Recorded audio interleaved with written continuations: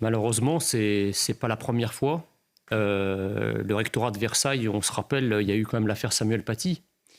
Et à l'époque, la responsabilité du rectorat avait également été pointée, puisque la rectrice, Charline Aven, avait envoyé un courrier à Samuel Paty en lui enjoignant de respecter les règles de laïcité. Exactement le même mode opératoire que lorsqu'on envoie, le même rectorat envoie une lettre aux parents, si vous voulez, de Nicolas pour leur dire de respecter finalement une forme de discrétion. Donc on peut dire que cette rectrice a une forme de constance dans l'écrasement des victimes. Et c'est une espèce de pas de vague, comment dirais-je, poussée à un stade paroxystique. Voilà.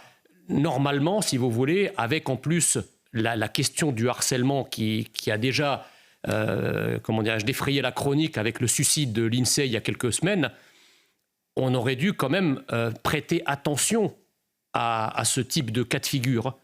Or, je ne comprends pas l'inhumanité extraordinaire, invraisemblable, dont peut faire preuve le rectorat face à des situations de détresse. Là où nous avons une société qui est prompte à s'émouvoir de tout et de rien, et même des malheurs les plus éloignés, on a des malheurs devant notre porte. Non, mais ce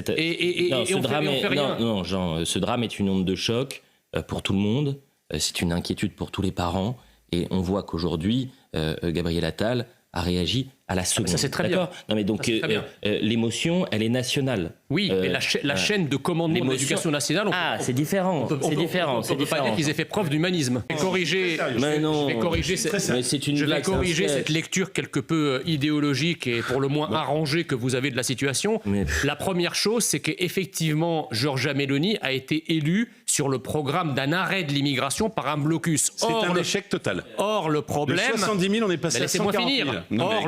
Or, le problème, c'est que l'Union européenne tient l'Italie de Madame Meloni par les bourses, c'est-à-dire par l'argent, d'accord, parce que le système bancaire italien... Très heureuse, hein. Parce que le système bancaire italien est fragile, parce que la situation financière de l'Italie est fragile, et qu'il y a eu des menaces de représailles de l'Union européenne vis-à-vis de Mme Meloni si elle ne respectait pas les traités en matière migratoire. Ça, c'est la première chose. La deuxième chose, Frontex est une agence qui a 1500 personnes pour surveiller des centaines de milliers d'arrivées par an, d'accord ? Et le siège est à Varsovie.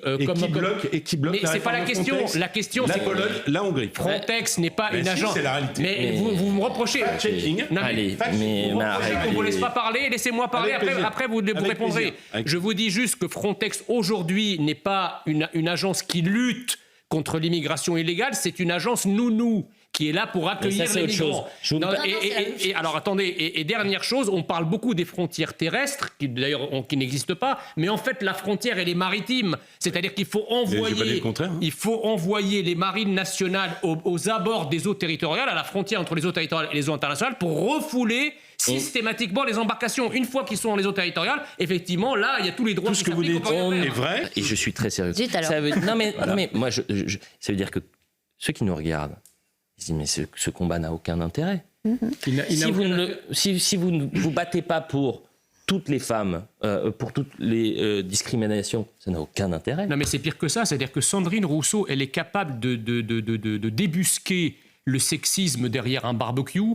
Elle est capable de dénoncer l'épilation, le maquillage et le Tour de France comme étant les symboles d'un patriarcat totalitaire. Mais lorsqu'une femme se fait traiter de pin-up par un homme, là, elle n'y voit aucune forme de sexisme et c'est sans commentaire. C'est quand même ahurissant. C'est ça qui... En fait, c'est triste. C'est triste.